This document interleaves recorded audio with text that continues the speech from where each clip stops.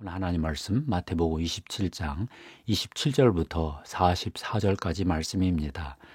예수는 왜 십자가에서 내려오지 않으셨을까 생각해 보았습니다. 십자가 사건을 묵상할 때마다 이런 질문을 합니다. 예수는 왜 십자가에서 안 내려오셨을까? 십자가에 달린 예수를 보고 지나가던 사람들이 이렇게 조롱했습니다. 내가 만일 하나님의 아들이거든 자기를 구원하고 십자가에서 내려오라. 예수는 왜 십자가에서 안 내려오셨을까요? 십자가에서 내려오셨다면 어떤 일이 벌어졌을까요? 모든 인간은 성공을 추구합니다. 성과를 내야 하지요. 직장에서도 성과를 내야 보너스를 받습니다. 성과금이라고 하지요. 직장인들은 연봉이 얼마고 성과금이 얼마여서 총 얼마 받았다 이런 말을 합니다. 성과가 없으면 곤란해집니다. 연봉 협상에서 불리해지고 어려운 상황에 빠집니다. 우리는 왜 성과를 추구할까요? 여러 가지 이유가 있겠지만 성과를 내야 사회에서 인정을 받기 때문입니다. 사회에서 인정을 받아야 괜찮은 지위를 차지하고 여유 있는 삶을 살 수 있습니다.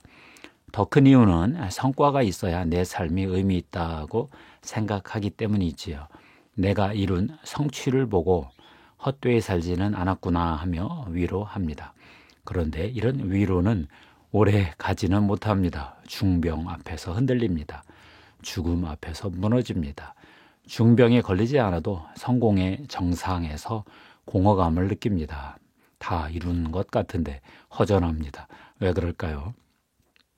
그러나 믿는 성도들은 성과를 내도 못 내도 충만한 삶을 삽니다. 요즘 충만이라는 곡을 자주 듣습니다. 손경민 씨가 작사 작곡하셨는데 곡도 좋고 가사가 예술입니다. 무명이어도 공허하지 않은 것은 예수 안에 날 만족함이라. 가난하여도 부족하지 않은 것은 예수 안에 오직 나는 부유함이라. 고난 중에도 견뎌낼 수 있는 것은 주의 계획 믿기 때문이라. 실패하여도 일어설 수 있는 것은 예수 안에 오직 나는 승리함이라. 난 예수로 충만하네. 난 예수로 충만하네.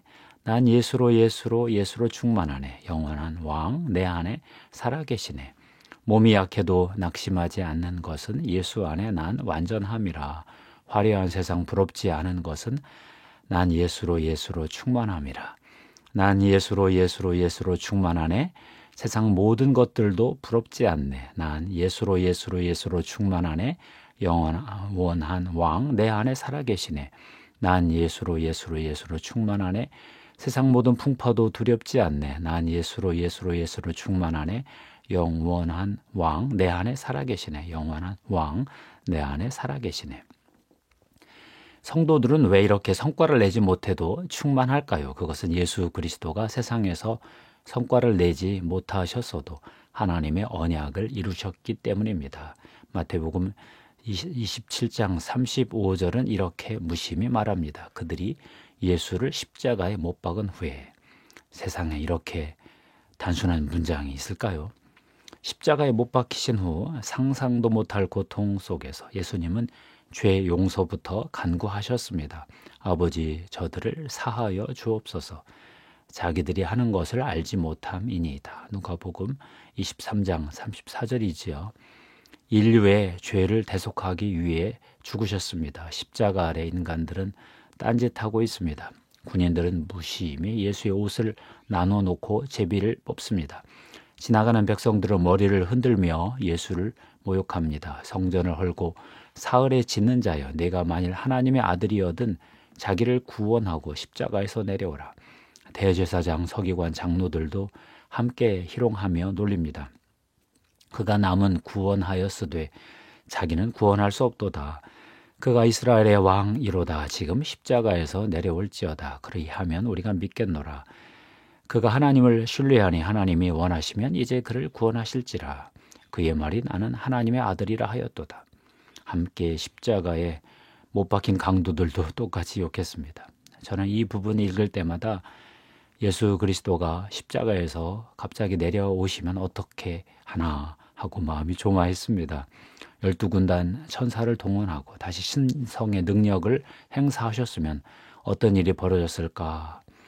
그 아래 사람들 다 신성 모독죄로 죽었을 것입니다. 군인도 지나가던 백성들도 대제사장 서기관 장로 강도도 다 죽었을 것입니다. 그러나 예수는 살리러 오셨지 죽이러 오시지 않으셨습니다. 예수는 섬기러 오셨지 다스리려고 오시지 않았습니다. 예수님은 신성을 내려놓으시고 인성만으로 십자가에서 6시간 동안 사탄과 마지막 영적 전투를 치르셨습니다. 십자가에서 인간 예수는 철저히 패배했습니다. 세상에서 아무 성과를 내지 못했습니다. 한때 많은 추종자가 있었지요. 이스라엘 회복의 꿈이 무너지자 지지자들이 흩어졌습니다. 마지막까지 따라오던 제자들도 배신하고 돌아섰습니다. 로마 통치 세력과 유대 지배 세력에 의해 철저하게 제거당하셨습니다.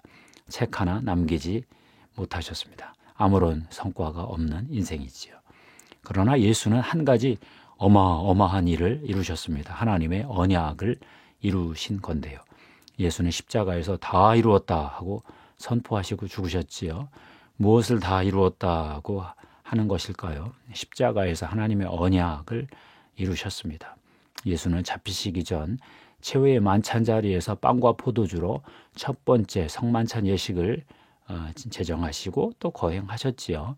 빵을 축복하시고 떼어주시며 말씀하셨습니다. 받아서 먹으라. 이것은 내 몸이니라. 잔을 들고 감사 기도하시고 말씀하셨습니다. 이것을 마시라. 이것은 죄 사함을 얻게 하려고 많은 사람을 위하여 흘리는 바 나의 피 곧 언약의 피니라. 십자가는 언약을 이루는 십자가였습니다. 예수 그리스도는 십자가에서 하나님의 약속을 이루시기 위해 피를 흘리셨습니다. 하나님 아버지는 아브라함을 통해 이 땅에서 하나님 나라를 시작하시려 하셨습니다. 이스라엘이 언약에 충실하지 못해 실패했습니다. 이스라엘 대신 하나님의 아들이 나서셨습니다. 예수 그리스도는 하나님 나라의 약속을 이루셨습니다. 십자가의 피로 성취하셨습니다. 하나님은 이스라엘에게 복을 주어 열방을 회복하겠다는 언약을 이스라엘과 맺으셨습니다.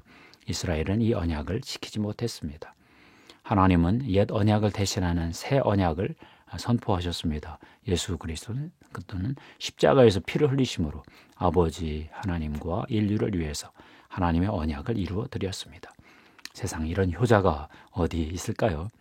하나님이 죄를 알지도 못하신 이를 우리를 대신하여 죄로 삼으신 것은 우리로 하여금 그 안에서 하나님의 의가 되게 하려 하심이라.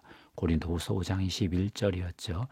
이 예수를 하나님이 그의 피로써 믿음으로 말미암는 화목제물, 속죄제물로 세우셨으니 이는 하나님께서 길이 참으시는 중에 전에 지은 죄를 간과하심으로 자기의 의로우심을 나타내려 하심이니라. 로마서 3장 25절입니다.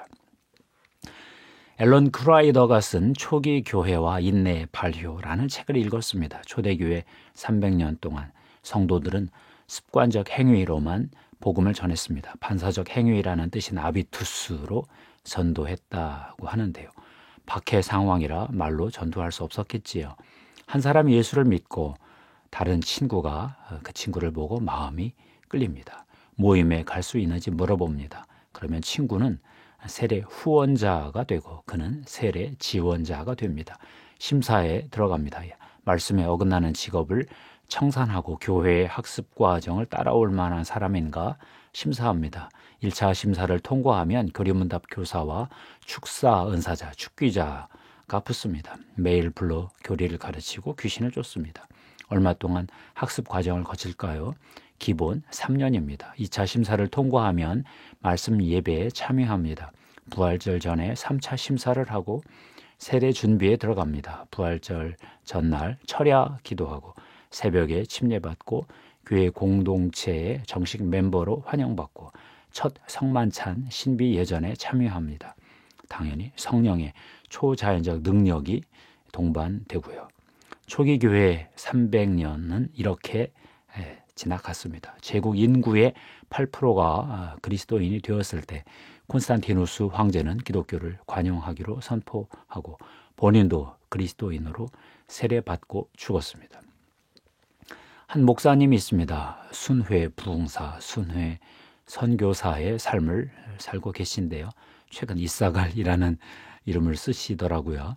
최근에는 월세 보증금까지 덜어 선교비 보내고 사도적 사역을 하고 계십니다. 한 장로님이 월세 30만 원짜리 원룸을 얻어주셔서 거기서 기거하시며 순회 사역을 하고 계시던데요.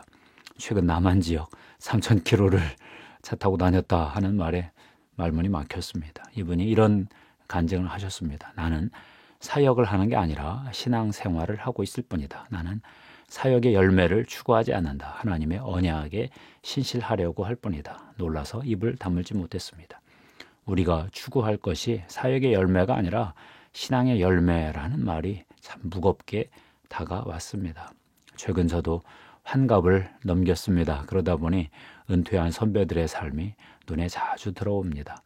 제가 그분들의 삶을 보며 어떻게 저 공허를 극복하고 사나 하는 생각을 가끔 합니다. 제가 왜 이런 생각을 할까요? 제 삶도 공허하게 느껴지기 때문이겠지요. 열심히 산 것 같은데 사역의 열매가 잘 안 보입니다. 제가 섬기던 한국교회도 예전 같지가 않고 가정사역도 그렇게 열매가 있어 보이지 않고 섬기던 신학교는 휘청합니다.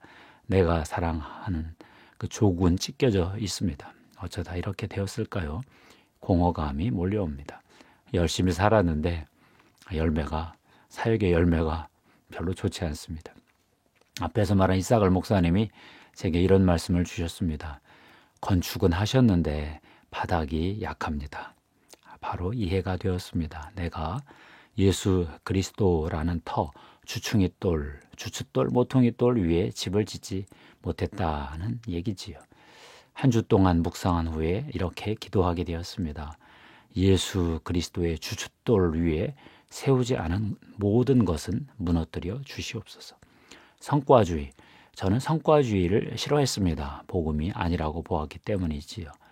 그런데 제가 제일 싫어한다고 생각한 그것을 제가 여전히 하고 있었다는 것입니다. 투사지요. 하나님 나라와 하나님의 의만을 구하는 삶을 다시 묵상하고 있습니다. 기도하겠습니다. 하나님 감사합니다. 예수 그리스도는 세상에서 성과가 없었지만 십자가에서 하나님의 의를 이루셨습니다. 하나님, 저 인생도 성과주의 따라가면 퍼포먼스 추구하면 공허한 삶으로 끝나고 말 것 같습니다. 예수 그리스도 따라 하나님의 언약에 참여하고 하나님 나라와 하나님의 의를 구하는 인생 되게 하시옵소서. 이 시간 예수 그리스도의 십자가의 보혈의 피를 뿌리고 덮습니다. 성령님 기름 부어 주시옵소서. 하나님 나라의 의에 기름 부음으로 임하소서. 감사하고 우리 구주 예수님의 이름으로 기도합니다.